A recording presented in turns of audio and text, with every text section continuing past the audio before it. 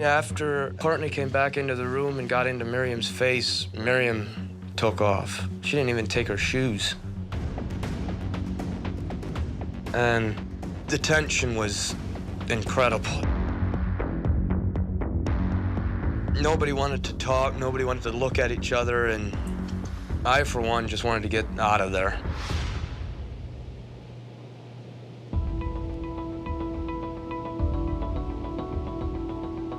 I am completely shocked to see Courtney and her mom walk through that door. I had no idea she's coming, and I have no idea what's gonna happen next. Yeah, I decided to make the journey with Courtney, and she wanted to get some answers, so I agreed to come along and just be there as a support. My first impression of Courtney is she seems like a really sweet girl. So where's Miriam at? I don't know. She ran off somewhere.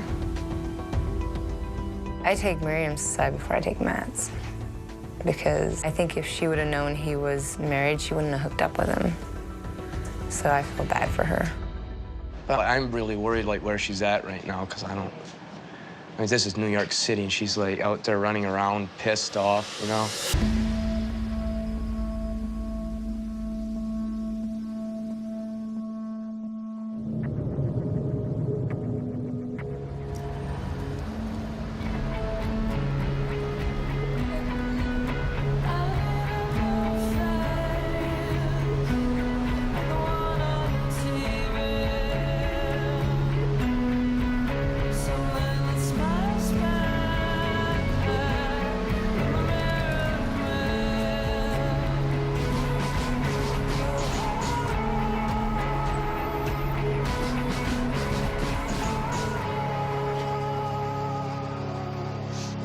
Hey, can I get something in a bottle? Sure. Be 6. Having Matt's wife scream at me like that was the worst feeling. I didn't know what to do, so I just took off. You all right? What's going on?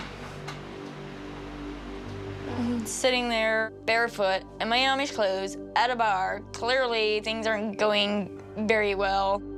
And as Amish, we don't talk about our feelings, especially to strangers. But I'm so upset right now, I don't even care. Came out here to, just have fun and find myself and shit, and, like, hooked up with somebody and later found out he was married, so. What? Yes. Okay. Have you met the wife? She's here now, yeah. He's lied so fucking much. He's just fucking making me look like the bad person, and as You should just talk to her and be like, okay, this did happen, it's true. I had no idea, deal with your husband. You're not in the wrong. He's the one that is married. He's the one that fucked up. I just keep thinking what a piece of shit Matt really is. How can you go out and lie to people, tell them you're single just so they sleep with you when you have a wife at home? What would you want to say to him right now? I'd want to tell him, what a piece of shit he is. Do it then. For, me growing up Amish and shit, women have no fucking opinion in anything. I've been shut down by the Amish men for so fucking long. I'm just tired of it. You know what I mean? Not to be offensive, but women have equal power to men. Just shake your hands clear of it. Just let it go. Tequila help. Do you want a shot? Sure. I'll buy you a shot. Come on, a shot of tequila on me. Yeah. It's had a rough day, and And then slowly getting started. I'm totally dreading this, but I know I have to go back and take control of the situation and face it head on. But first, I need some liquid courage, desperately. Cheers. Cheers.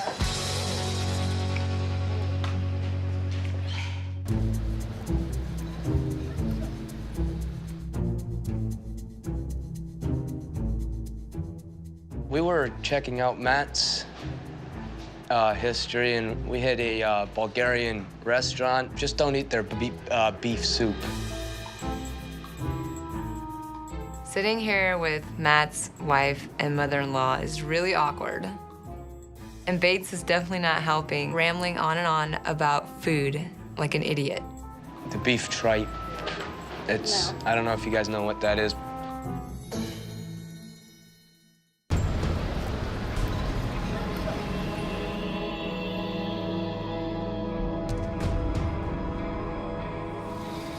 Here goes nothing. Round 2.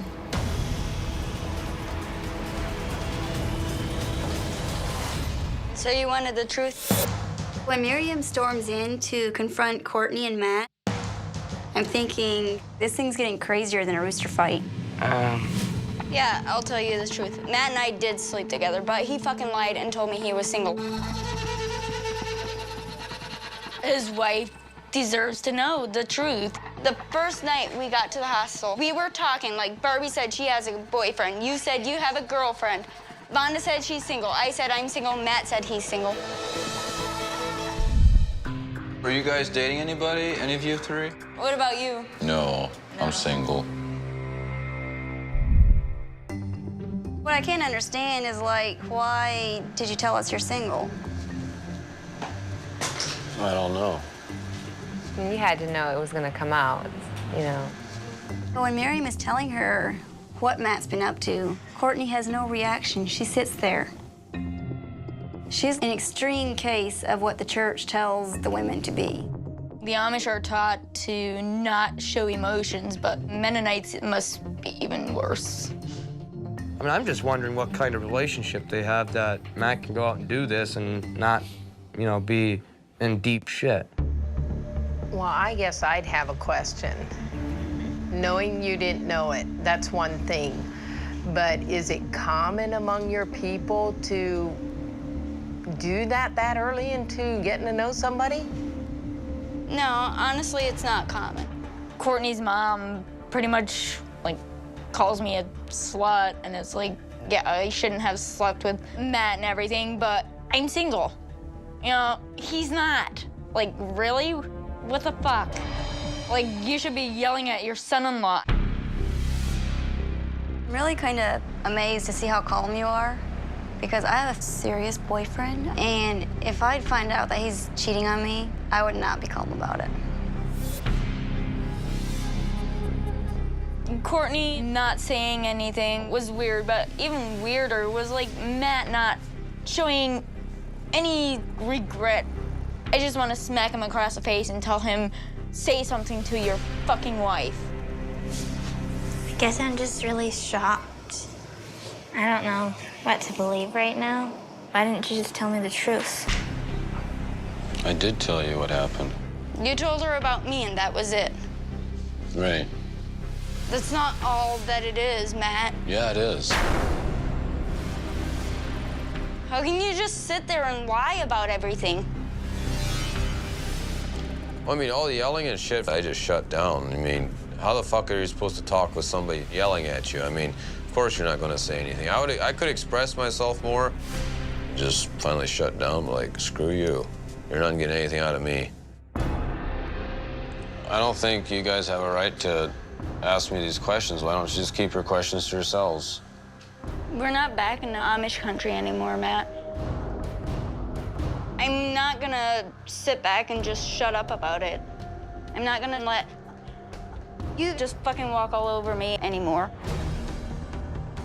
I feel better just putting the truth out there, but I still feel sorry for her that she has no emotions, and I'm really sorry for her that she's married to Matt, and she dresses like her mother.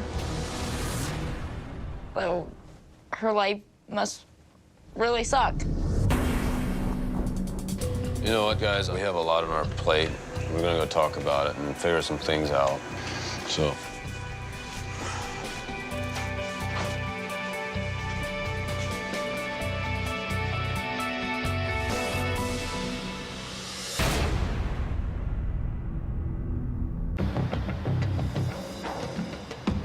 That was stressful. With Courtney showing up and her and Miriam going at it, I gotta handle this somehow, but I'm not quite sure how to start. You guys are staying in a hotel? Yeah? So you wanna just go over there and talk about some stuff? Yeah. Let me pack some stuff and we'll get out of here. I don't know why I did what I did, but sometimes I do stuff and don't really think about what I'm doing. It was stupid, especially since Courtney's pregnant, and we've been only married for a few months. All right, you guys ready to get out of here? Yep. All right. Part of my heart went out to Miriam. had Matt been really faithful to his wife, I do not believe it would have gone the extreme it did.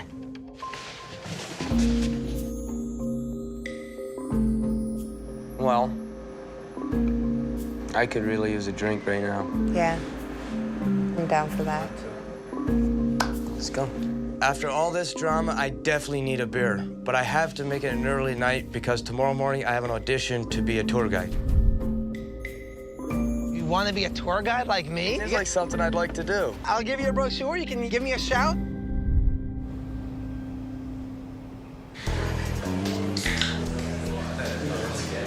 Like when we were all sitting there and Courtney and her mom came busting in, and I will never forget that feeling. She walks in, I'm like, oh shit. Yeah. Amish men suck. They have not yet found a good Amish guy. Like even as Why? Because I have the best one? Barbie took him. Barbie. Not all Amish guys are like Matt. There's plenty of honest and sensitive guys out there, just like my Lester. I'm sure, you know, you all could find one. Well, maybe, but I'd rather just be single and unhappy than married and unhappy. I'm already hesitant about being in a relationship, so seeing what Matt and Courtney are going through is not helping. I don't think I'll ever meet a guy that's worth the risk of a broken heart. I think it is better to have loved and lost than to never have no one loved. No, it's not. I think it is. I've loved somebody, I honestly have, but it's just I don't know if I want to go through that again. I mean, I lost my boyfriend, and I'm I've dated since, but every time I get too serious, I scare away because I'm what if something happens to him? Vonda's obviously not gotten over her boyfriend's death, even though it's been a long time. I'm sure he'd want her to move on and find love again. I just hope she can do that. I've just had a hard time, convincing myself to settle down. I don't know.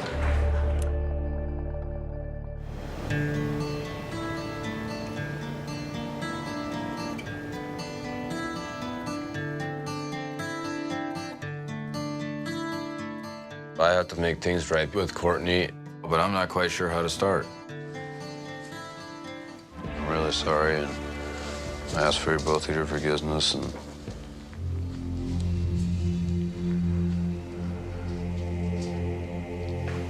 Well, on my part, we can forgive you.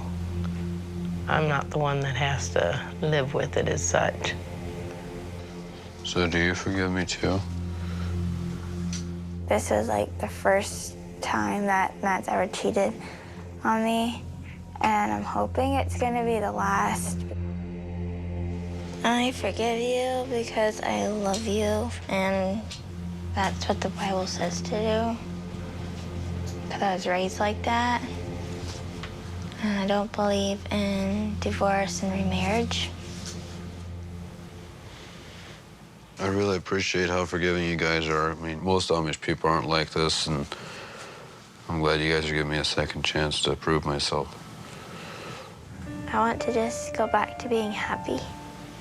So, can I take you out on a date tomorrow night and make it up to you and show you that I actually love you? Yeah, that sounds like fun. Because I really do love you.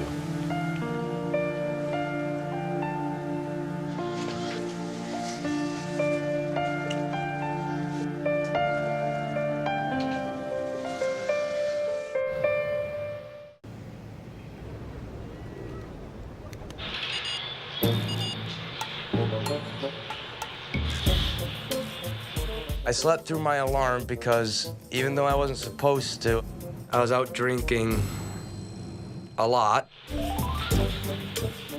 And so the next morning I was pretty hungover.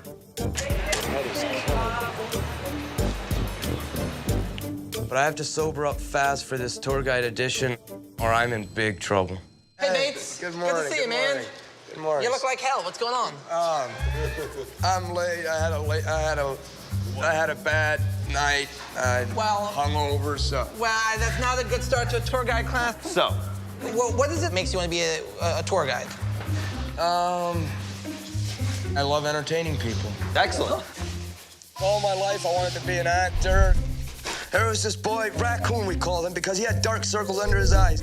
Acting doesn't even feel like work. It's something I enjoy doing. It's really fun. But I do have my work cut out. A lot of work. Now, it's the history teacher that, for you, might be a little bit more challenging. For everybody, it's challenging. It's like 400 years of history. And I mean, you might know a little bit of it, but do you know why New York is called New York? Why do you think it's called New York?